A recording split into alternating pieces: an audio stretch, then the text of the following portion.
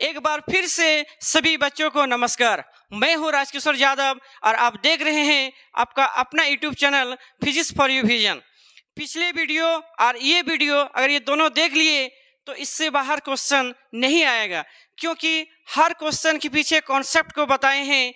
इसलिए वीडियो को शुरू से अंत तक देखिए, वीडियो को बीच में छोड़िए नहीं।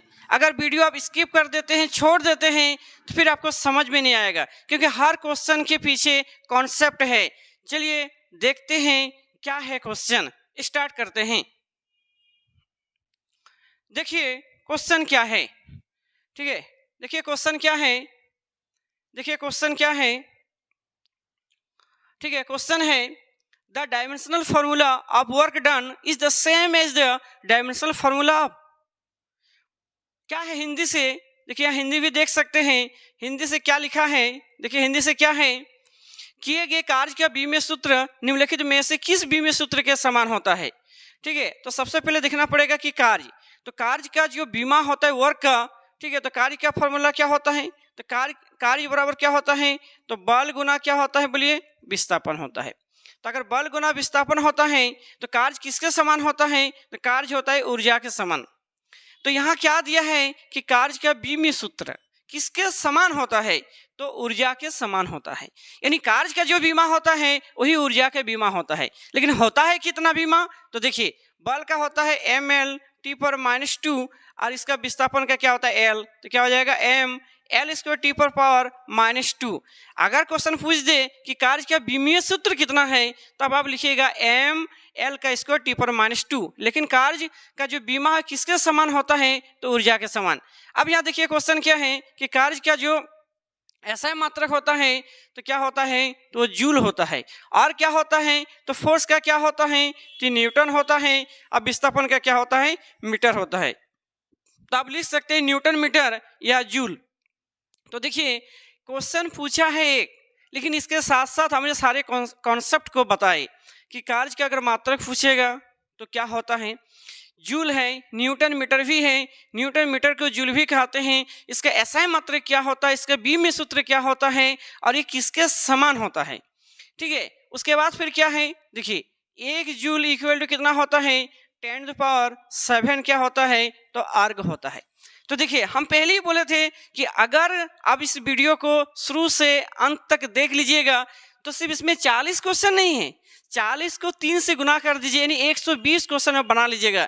ये मत सोचिए कि हम 40 क्वेश्चन पढ़ रहे हैं, क्योंकि हर क्वेश्चन के पीछे जितना क्वेश्चन बन सकता है उनके बारे में पूरा डिटेल बताएंगे। इसलिए अगर आप दुमका में सबसे ज़्यादा नंबर लाना चाहते हैं तो physics for you vision channel को सब्सक्राइब करें, क्योंकि यहाँ पढ़ाया जाता है कॉन्सेप्ट के साथ, ना कि डायरेक्ट आंसर। और आप वीडियो को देख करके समझ सकते हैं कि हम A to Z क्लियर आपको बताएंगे। अगर कहीं दिक्कत होगा तो आप कमेंट बॉक्स में जरूर कमेंट कीजिए और हमें बताइए। चलिए आगे देखते हैं। ठीक है, तो इसका आंसर क्या हो जाएगा, तो इसका आंसर क्या हो जाएगा, C। चलिए आगे देखते हैं क्वेश्चन क्या है। देखिए आगे जो है क्वेश्चन क्या है, सेकेंड नंबर जो क्वेश्चन है वो क्या है, देखिए सेकेंड नंबर जो क्वेश्चन है वो क्या दिया है कि सार्वत्रिक, देखिए क्या दिया है, ठीक है, सार्वत्रिक गुरुत्वाकर्षण नियतांक यानी जो ग्रेविटेशनल कांस्टेंट है उनका बीमीय सूत्र है। तो देखिए कैसे निकालेंगे इसका, तो फॉर्मूला क्या होता है हम लोग पढ़े हैं। तो F इक्वल टू, ठीक है, F इक्वल टू G, ठीक है, m1 और m2 बाय क्या होता है r का स्क्वायर। यहाँ से G निकाल लो, तो G इक्वल टू क्या हो जाएगा, F इंटू r का स्क्वायर बाय क्या हो जाएगा, m1 इंटू m2। अभी फोर्स का क्या हो जाएगा, तो ml पर क्या हो जाएगा, -2। ये r है, तो r क्या है, तो r क्या है, तो r क्या है, तो डिस्टेंस है, जिसका क्या हो जाएगा l का स्क्वायर बाय क्या हो जाएगा, 2 मास है, तो m इंटू m का क्या हो जाएगा स्क्वायर। अब यहाँ देखिए एक m कैंसिल कर दिए, एक m बचा, ये जो ऊपर जाएगा तो क्या हो जाएगा, m पर -1 हो गया, l² और l क्या हो जाएगा, l³ हो जाएगा, और t पर क्या हो जाएगा -2। तो देखिए इनका जो बीमीय सूत्र है g का वो कितना निकला, तो m पर पावर -1 l³ t पर -2, तो आंसर क्या होगा, ए नंबर। अगर मान लो ये क्वेश्चन, अगर ये क्वेश्चन 2024 में पूछा था, हो सकता है कि इस बार क्वेश्चन दे दे कि इसका मात्रक क्या होता है, तो फिर मात्रक कैसे निकालिएगा, तो देखिए मात्रक कैसे निकालिएगा, तो देखिए फोर्स है जिसका क्या हो जाएगा, तो न्यूटन हो जाएगा। यहाँ क्या है, दूरी है, डिस्टेंस है, तो क्या हो जाएगा, मीटर स्क्वायर हो जाएगा। और यहाँ क्या है, 2 मास है, तो क्या हो जाएगा, बोलिए दो अगर मास है तो क्या हो जाएगा, तो अगर मास है इसमें क्या बोले, अगर दो मास है तो आप क्या लिख सकते हैं, मास अगर है तो क्या हो जाएगा, यहाँ हो जाएगा केजी का क्या हो जाएगा स्क्वायर। तो आप इसको ऊपर ले जाइएगा तो क्या हो जाएगा, देखिए यहाँ न्यूटन मीटर के स्क्वायर और केजी पर क्या हो जाएगा -2। अब यह ध्यान से देखिए, फोर्स का क्या हो गया, तो न्यूटन हो गया, आर है डिस्टेंस तो मीटर का स्क्वायर हो गया यहाँ, ठीक है। नीचे मास है m1 m2 तो क्या हो जाएगा केजी पर -2, तो न्यूटन मीटर स्क्वायर केजी पर -2, ये इसका SI मात्रक हो गया। तो इसका क्या हो गया, बीमीय सूत्र भी देख लिए और SI मात्रक भी देख लिए।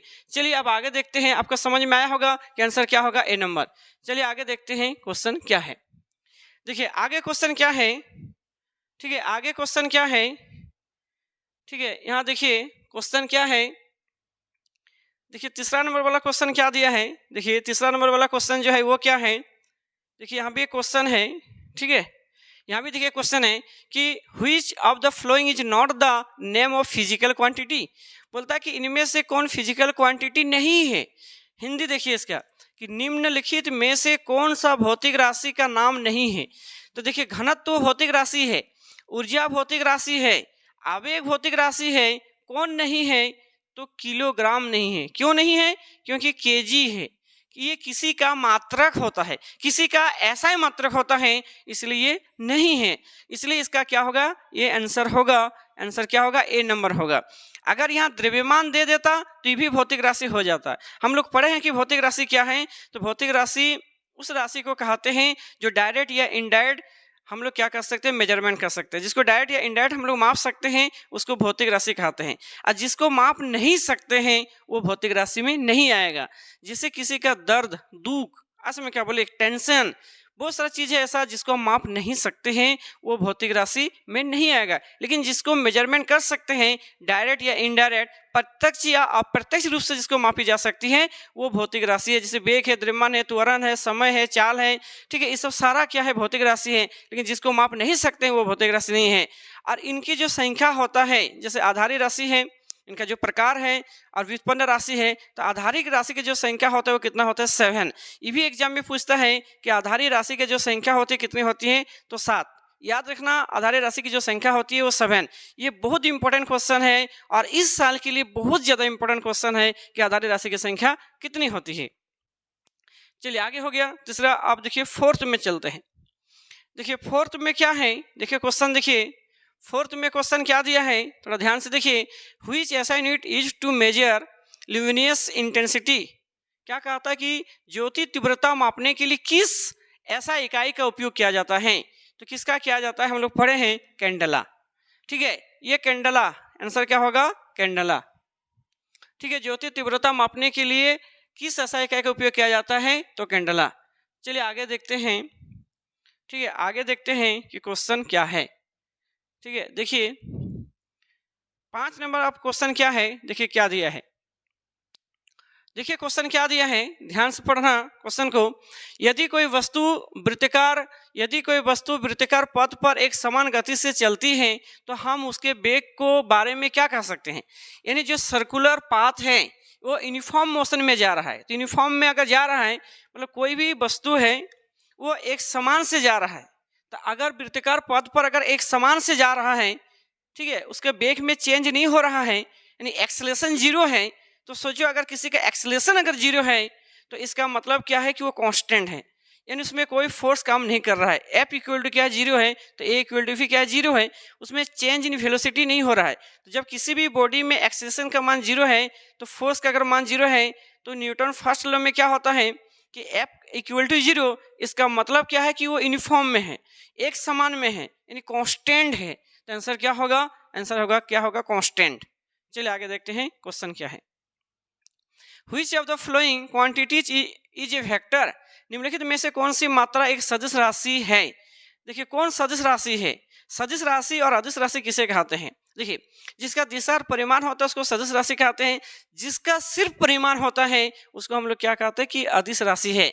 लेकिन जब इनका परिभाषा को हम पढ़ते हैं सदिश का, तो सदिश में परिमाण और दिशा तो होता ही है और साथ में सदिश बीजगणित का नियम का भी पालन होना चाहिए। और इसमें क्या होता है, अदिश में क्या होता है कि सिर्फ परिमाण होता है, और जब हम टेंसर की बात करते हैं, प्रदिश का जब बात करते हैं, तो उसमें दिशा और परिमाण होता है। तो आप अगर बोलते हैं कि दिशा और परिमाण से सदिश है, तो कभी गलत हो जाएगा। जैसे विद्युत धारा, तो विद्युत धारा में दिशा परिमाण दोनों हैं, लेकिन फिर भी वो अदिश में क्यों है? क्योंकि वो तो टेंसर में आता है। इसलिए सदिश बीजगणित होना चाहिए। जब भी वेक्टर होगा, तीन चीज होना चाहिए, दिशा होना चाहिए, परिमाण होना चाहिए, और साथ में सदिश बीजगणित भी होना चाहिए। ठीक है, तो देखिए इसमें क्या है, ये नहीं है, इसमें भी नहीं है, इसमें भी नहीं है, किसमें है? बेग में। ठीक है, किसमें है? बेग में। चलिए आगे देखते हैं कि क्वेश्चन क्या है। ठीक है, चलिए देखते हैं आगे क्वेश्चन क्या है। देखिए क्वेश्चन क्या है।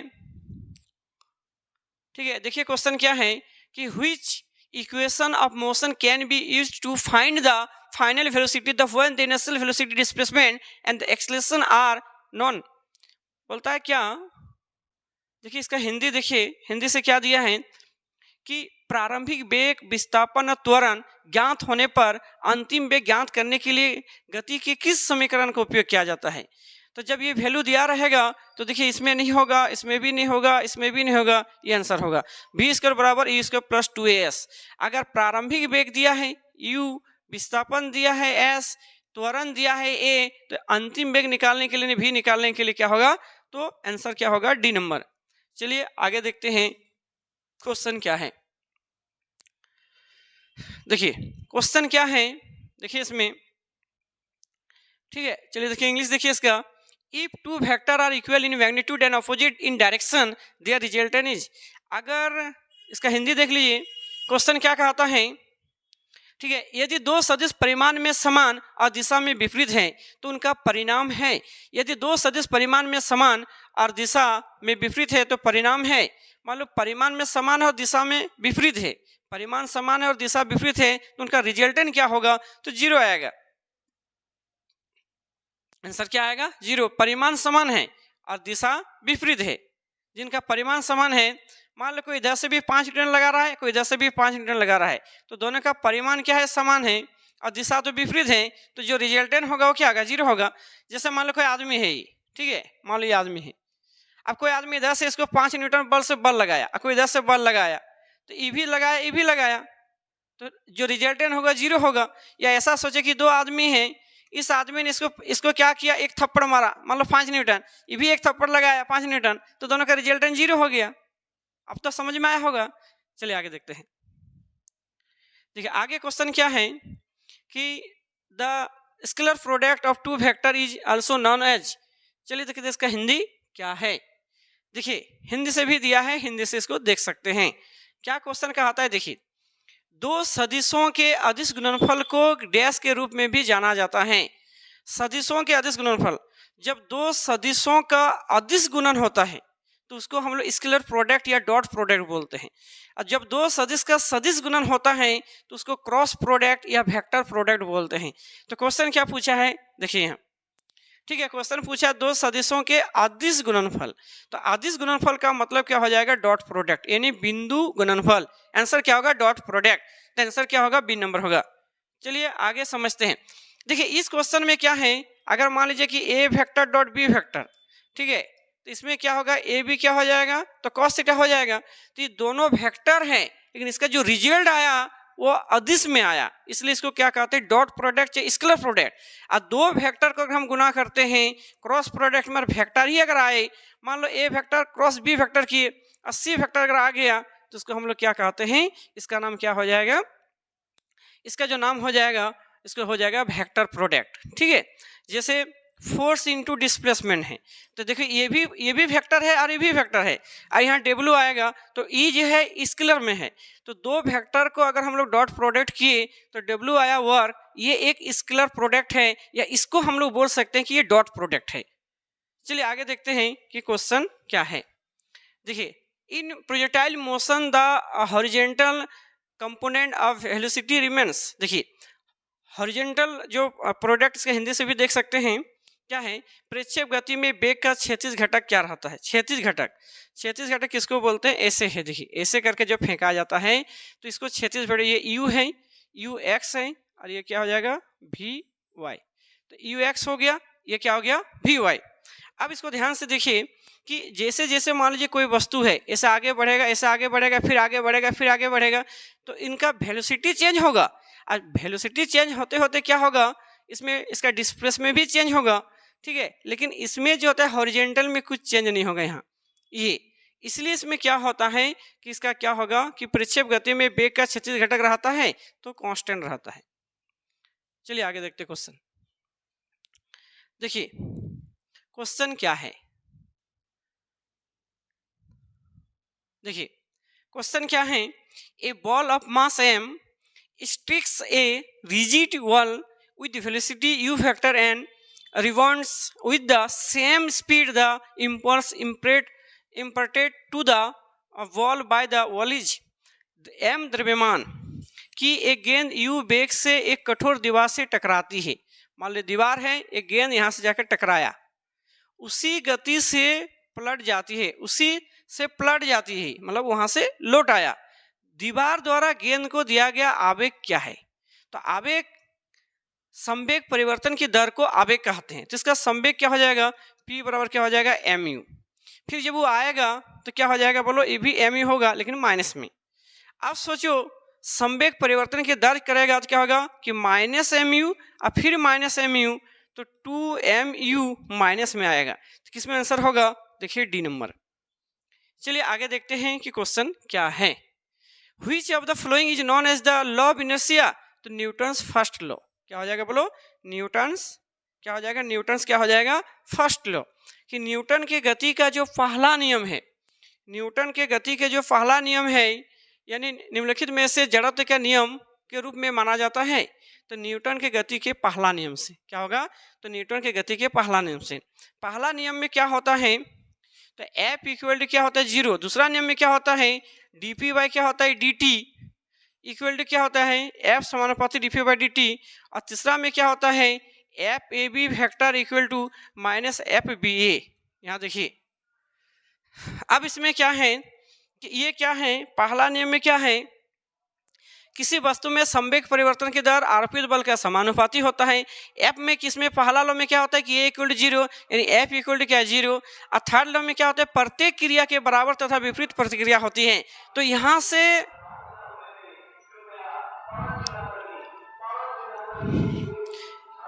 से ठीक है एक क्वेश्चन, ठीक है यहाँ से एक क्वेश्चन, थोड़ा सा आवाज हो रहा है, ठीक है इसलिए थोड़ा डिस्टर्ब हो रहा है। देखिए यहाँ से एक क्वेश्चन आता ही है न्यूटन के गति के पहला नियम, न्यूटन के गति का दूसरा नियम और न्यूटन के गति के तीसरा नियम से। तो इसमें क्या हो जाएगा, पहला नियम न्यूटन के गति के पहला नियम से, तो आंसर क्या हो जाएगा न्यूटन के गति का पहला नियम। चलिए अब आगे देखते हैं। देखिए क्वेश्चन क्या है, change in momentum is given by, जैसे अभी बोले संवेग में परिवर्तन की दर को आवेग कहते हैं, ठीक है। लेकिन देखिए इसमें कहीं भी आवेग नहीं है। देखिए हम पहले ही बोले कि अगर क्वेश्चन को रट करके जाइएगा फिर भी क्वेश्चन मैच नहीं करेगा।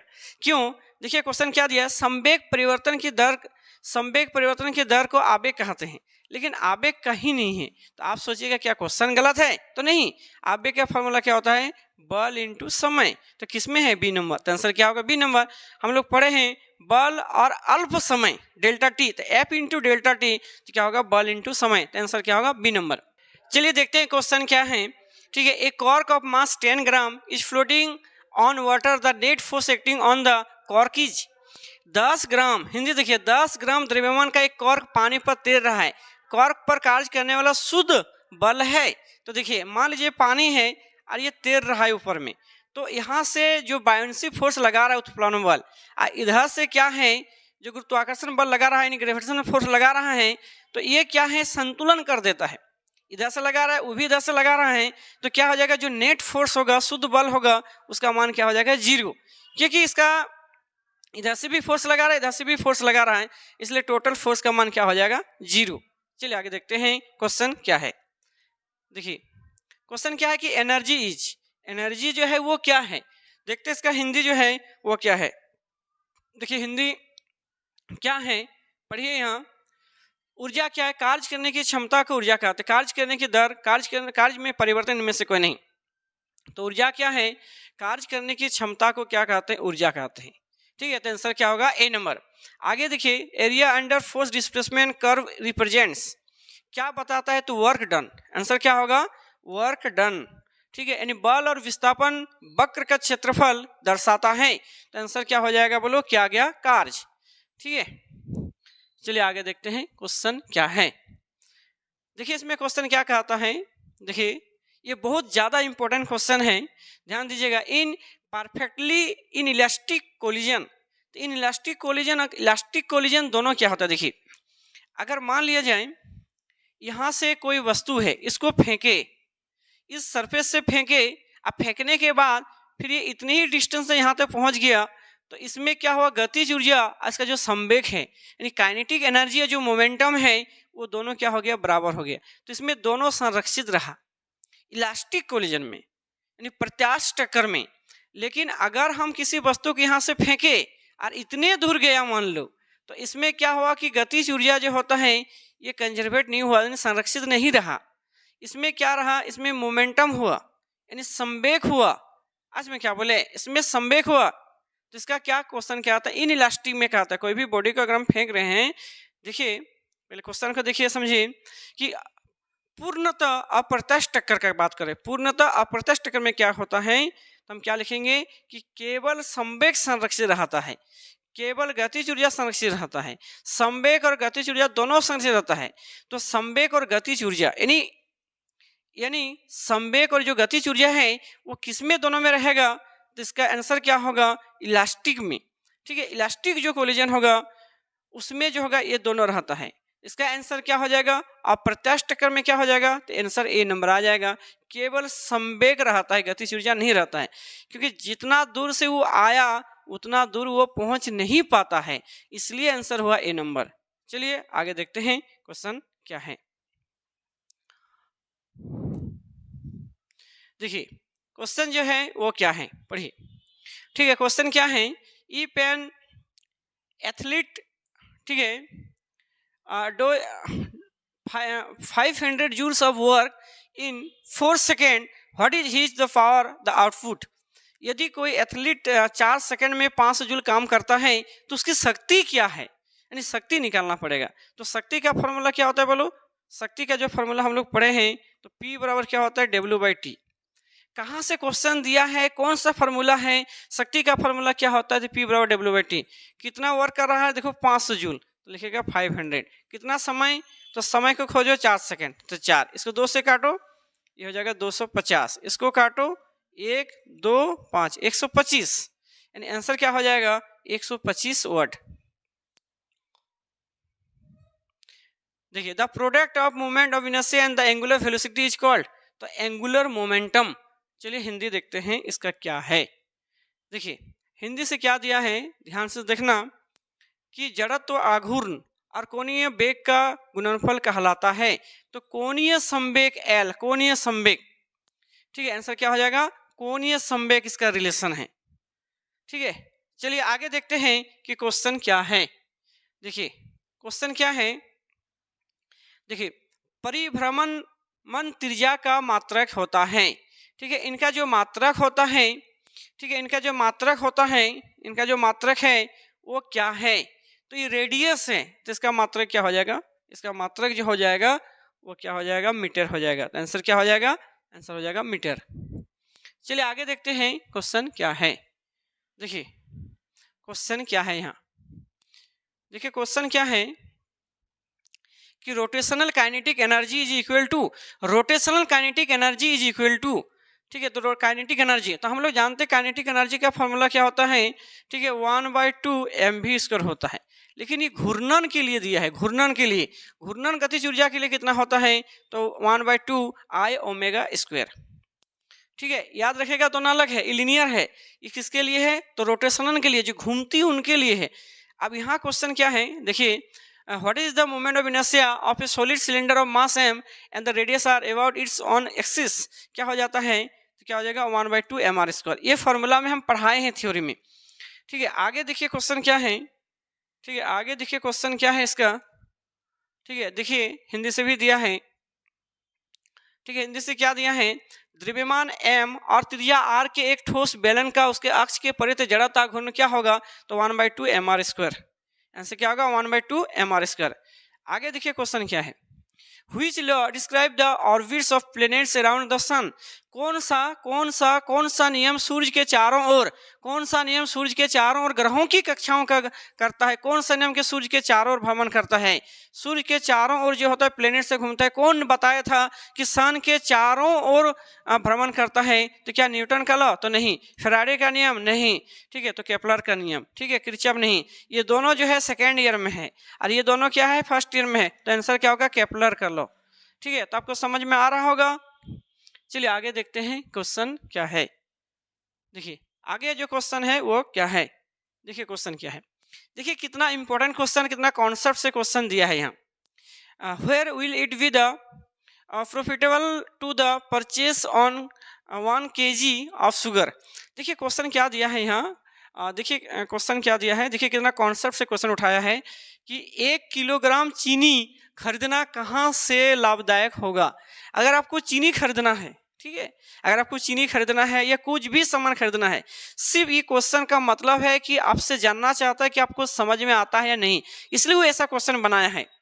क्वेश्चन बनाने का मतलब चीनी खरीदना नहीं, कुछ भी सामान खरीद करके वो ऐसे बना सकता था क्वेश्चन, लेकिन वो ऐसा क्यों बनाया है, इसके पीछे क्या कारण है, ठीक है। इनका जो कारण है वो क्या है, चीनी खरीदना कहाँ पर लाभदायक, यानी कहाँ पर जो होता है उसको फायदा होगा। तो हम लोग जानते हैं कि जहाँ पर जी का मान कम होगा, क्योंकि जब भी हम लोग वेट निकालते हैं तो W = mg होता है, और जी के कारण ही यानी 9.8 के कारण ही किसी भी बॉडी का भार होता है। अब सोचो कि जी का मान ही कम हो जाए तो वहाँ वेट भी कम हो जाएगा, इसलिए भूमध्य रेखा जो होता है, ठीक है, कहाँ पर बोलो, ठीक है, भूमध्य रेखा जो होता है, ठीक है, भूमध्य रेखा, ठीक है, क्या हो जाएगा, तो भूमध्य रेखा पर इक्वेटर पर, ठीक है, इक्वेटर पर जो होता है चीनी खरीदना, सिर्फ चीनी नहीं, कुछ भी सामान खरीदो वहाँ सस्ता मिलेगा, सस्ता हो जाएगा, ज़्यादा लाभदायक रहेगा, ठीक है, तो क्या हो जाएगा, भूमध्य रेखा पर। चलिए आगे देखते हैं कि क्वेश्चन क्या है। देखिए gravitational force is a dash force. देखिए जो गुरुत्वाकर्षण बल है वो कौन सा बल है, तो क्या है, लॉन्ग रेंज, बहुत लंबा दूरी के लिए है। देखिए हिंदी भी इसका दिया है। देखिए गुरुत्वाकर्षण बल जो है, गुरुत्वाकर्षण बल डैश बल है, तो क्या लिखना है, कौन सा बल है, तो लंबी दूरी वाला बल है, हो गया। अब देखिए आगे क्वेश्चन क्या है, the restoring force per unit area is known as. तो रेस्टोरिंग फोर्स प्रति इकाई क्षेत्रफल पर प्रत्यानयन बल को किस रूप से जाना जाता है। प्रति इकाई क्षेत्रफल पर, क्या विकृति, तो नहीं, क्या प्रत्यास्थता, तो नहीं, क्या प्लास्टिसिटी, नहीं, ठीक है, आंसर क्या होगा, प्रतिबल। हम लोग पढ़े हैं प्रतिबल, ठीक है। अब ये क्वेश्चन दे देगा कि प्रतिबल, आप लोग बताइए, अगर किसी को पता है तो कमेंट बॉक्स में लिखिए कि प्रतिबल कौन सा राशि है, क्या वो सदिश है, क्या वो अदिश है, क्या वो परदिश है। अगर आपको पता है तो कमेंट बॉक्स में जरूर बताइए हमें कि प्रतिबल कौन सा राशि है। चलिए आगे देखते हैं क्वेश्चन क्या है, ठीक है। चलिए आगे देखते हैं कि क्वेश्चन क्या है। देखिए कितना अच्छा क्वेश्चन दिया है, ठीक है। अगर आप शुरू से अच्छा से पढ़ते हैं तो आपको कहीं भी कुछ खरीदने के लिए गैस पेपर वगैरह, ठीक है। अब अभी एक चीज चल रहा है, याद रखना जो हम बात बोल रहे हैं, ठीक है। ऐसे दुमका में यूट्यूब चैनल बनाया है जो झूठे हल्ला कर देता है, पेपर लीक है, ऐसे थंबनेल लगा, पेपर लीक, पेपर मिल गया है। तो इस सब के चैनल में अगर कोई लिख रहा है तो इस भ्रम में वहाँ क्लिक मत करो, क्योंकि अपना व्यू को बढ़ाने के लिए लोग ऐसा करता है, मतलब पढ़ाई में भी घोटाला होने लगा, समझे। इसीलिए अगर इस तरह का थंबनेल आपको मिल रहा है तो कभी भी आप उसको क्लिक मत कीजिए, क्योंकि इसका मतलब उसको कुछ पता नहीं है। डायरेक्ट ऐसा पेपर लीक, जब पेपर लीक है तो फिर इतना बड़ा वीडियो बनाने की क्या जरूरत है, पेपर दे दो, ठीक है, बेच दो दुकान में कि हमको पेपर मिल गया है, पढ़ने की क्या जरूरत है, मत पढ़ाओ। डायरेक्ट क्या करेगा, अपने स्टूडेंट को पेपर खरीद के दे दो कि तुमको 200 रुपया लगेगा, लो पेपर ले लो, समझे क्या बोले। इसलिए सबसे बहाना है, झूठ है, इस सब के फेरा में नहीं पढ़ना है। आप सबसे पहले फिजिक्स में अगर सीखना चाहते हैं तो उसका कॉन्सेप्ट मजबूत कीजिए, एक एक चीज़ को पढ़िए, समझने की कोशिश कीजिए, तब जाकर बनेगा। नहीं तो जब आप एग्जाम देने जाइएगा तो देख लीजिएगा कि क्वेश्चन कैसे देता है। जो क्वेश्चन आप पढ़े हैं उस क्वेश्चन को भी लिख नहीं पाइएगा अगर कॉन्सेप्ट पता नहीं है तो। मान लो कोई क्वेश्चन दे देगा तो आप लिख नहीं पाइएगा। द्रव्यमान का ऐसा मात्रक क्या है, तो केजी होता है। घुमा कर दे देगा कि केजी किसका मात्रक होता है। तो आपको रट करके जाने से या पेपर लीक वाला इसमें दिखावटी की दुनिया में नहीं रहना है।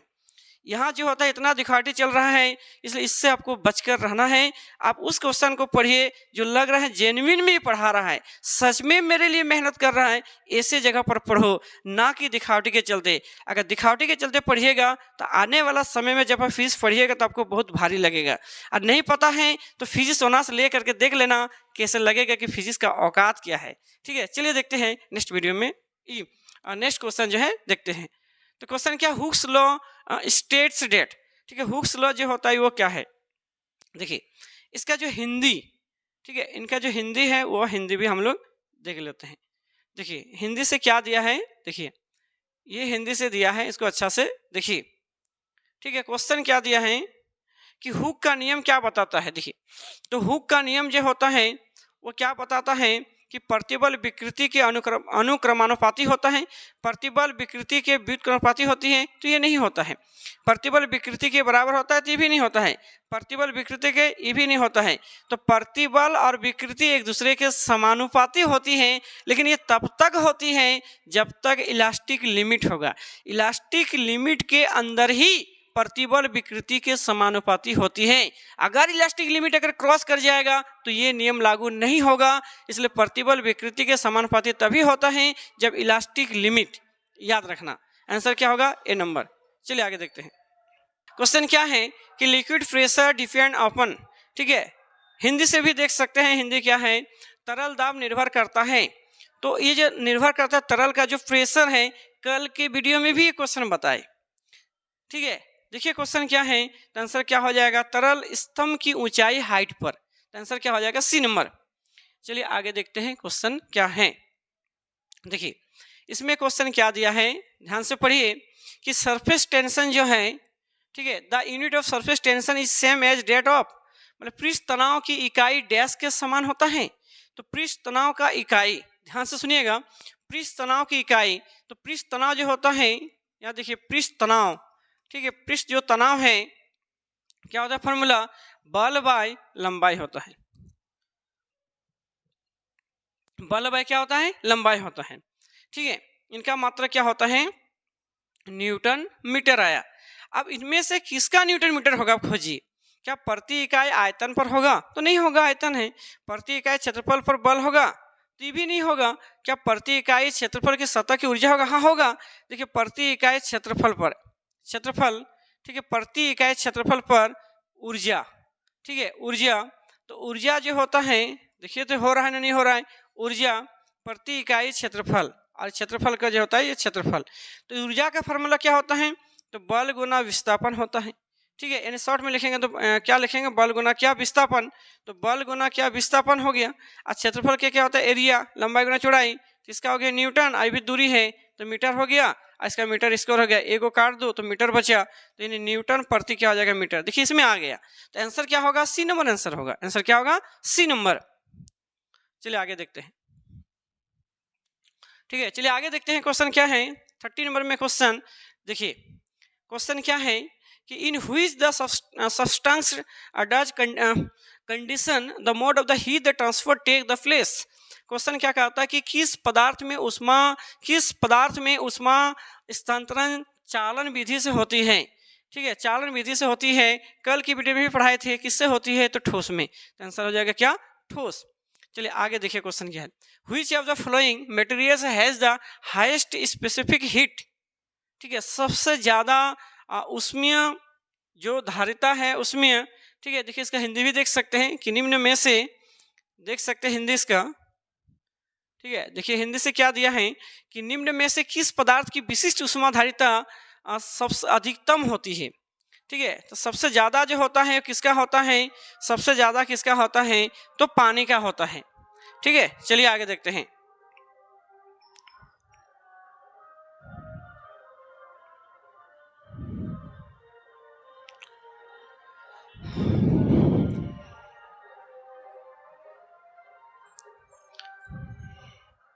देखिए क्वेश्चन क्या है, the zeroth law of thermodynamics lead to the concept of, उष्मा गतिकी का जो शून्यक नियम है किसकी अवधारणा, तो थ्योरी में पढ़ाए थे कि उष्मागतिकी का जो शून्यक नियम है वो किसके साथ है, ताप का, ठीक है, ताप का, ठीक है। जीरोथ लॉ जो होता है किसका होता है, वो तापमान का है, ठीक है।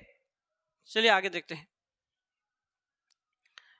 देखिए क्वेश्चन क्या है, in a cycle process work done by the system is, ठीक है। क्या क्वेश्चन का आता है कि चक्रीय प्रक्रम में निकाय द्वारा किया गया जो वर्क होगा वो क्या होता है, तो जीरो होता है।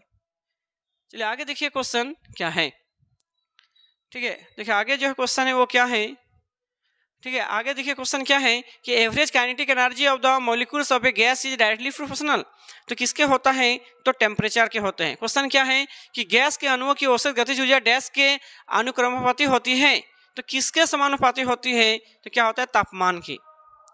क्वेश्चन देखिए आगे क्या, if car tyres are hot the pressure of the gas molecules in them would be, ठीक है। चलिए देखते हैं इसका हिंदी जो है वो हिंदी से क्या दिया है।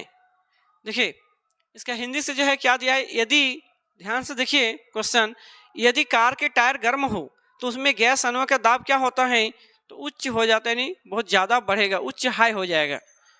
देखिए आगे क्वेश्चन क्या है कि which of the following quantities remain constant for a simple harmonic oscillator, ठीक है। क्वेश्चन क्या है, एक सरल आवर्त गति दोलित्र के लिए निम्नलिखित में से कौन सी राशि नियत रहती है, ठीक है। इसमें क्या कहता है, एक सरल आवर्त दोलित्र के लिए निम्नलिखित में से कौन सी राशि नियत रहती है। क्वेश्चन क्या है, ठीक है, क्वेश्चन क्या है, देखिए एक सरल आवर्त दोलित्र के लिए निम्नलिखित में से कौन सी राशि नियत रहती है, तो नियत जो रहती है वो क्या रहती है, कौन नियत रहती है, जो चेंज नहीं होती है, वेग, आवृत्ति, आयाम, विस्थापन, ठीक है। यहाँ देखिए, ठीक है, तो देखिए इसमें क्या होता है, कौन, जब भी सरल लोलक होगा निम्नलिखित में से कौन सी राशि नियत रहती, कौन चेंज नहीं होता है, तो जब भी ऑक्सीलेटेड करेगा तो ये देखिए वेलोसिटी चेंज हो जाता है, तो ये तो नहीं होगा, आयाम भी चेंज हो जाता है, विस्थापन भी, कौन नहीं होता, आवृत्ति, तो आंसर क्या होगा, आवृत्ति। चलिए आगे देखते हैं क्वेश्चन क्या है।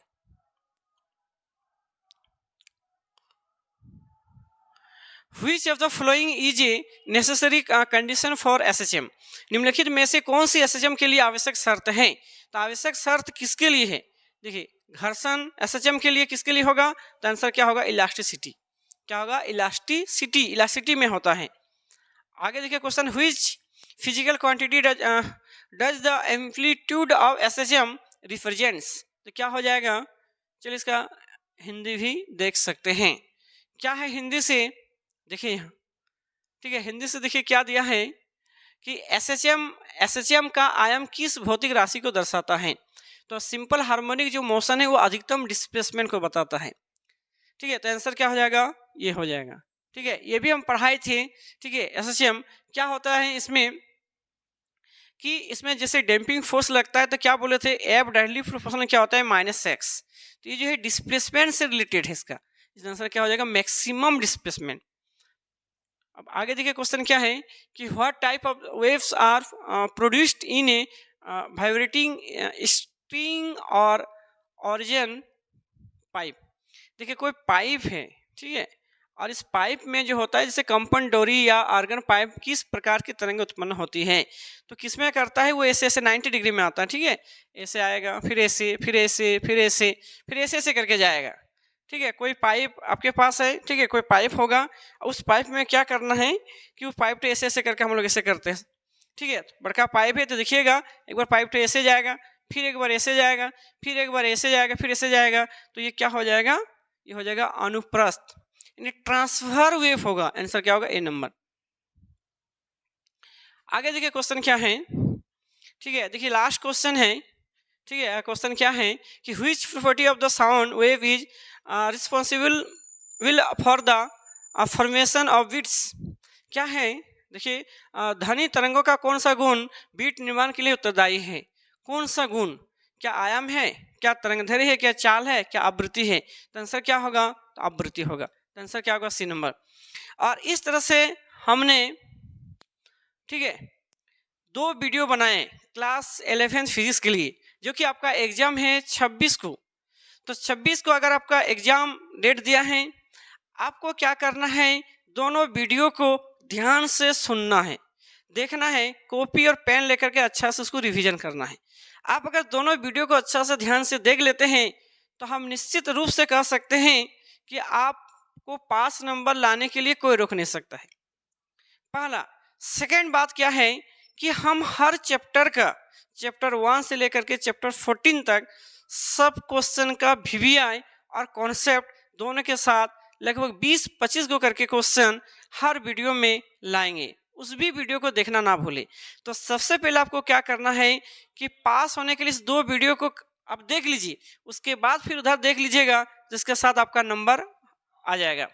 इसलिए इस दोनों वीडियो को ध्यान से देखिए, वीडियो को बीच में मत छोड़िए। अगर वीडियो बीच में छोड़ दीजिएगा तो फिर हम समझ में आपको नहीं आएगा, ना तो वीडियो में इंटरेस्ट लगेगा। इसलिए वीडियो को शुरू से अंत तक आप जरूर देखिए, ठीक है। तब तक के लिए धन्यवाद। आप अच्छा से पढ़िए और आपका एग्जाम है 26 तारीख को, इसके लिए बेस्ट ऑफ लक। और हम जो भी वीडियो लाएंगे उस वीडियो को भी आप ध्यान से जरूर देखिए।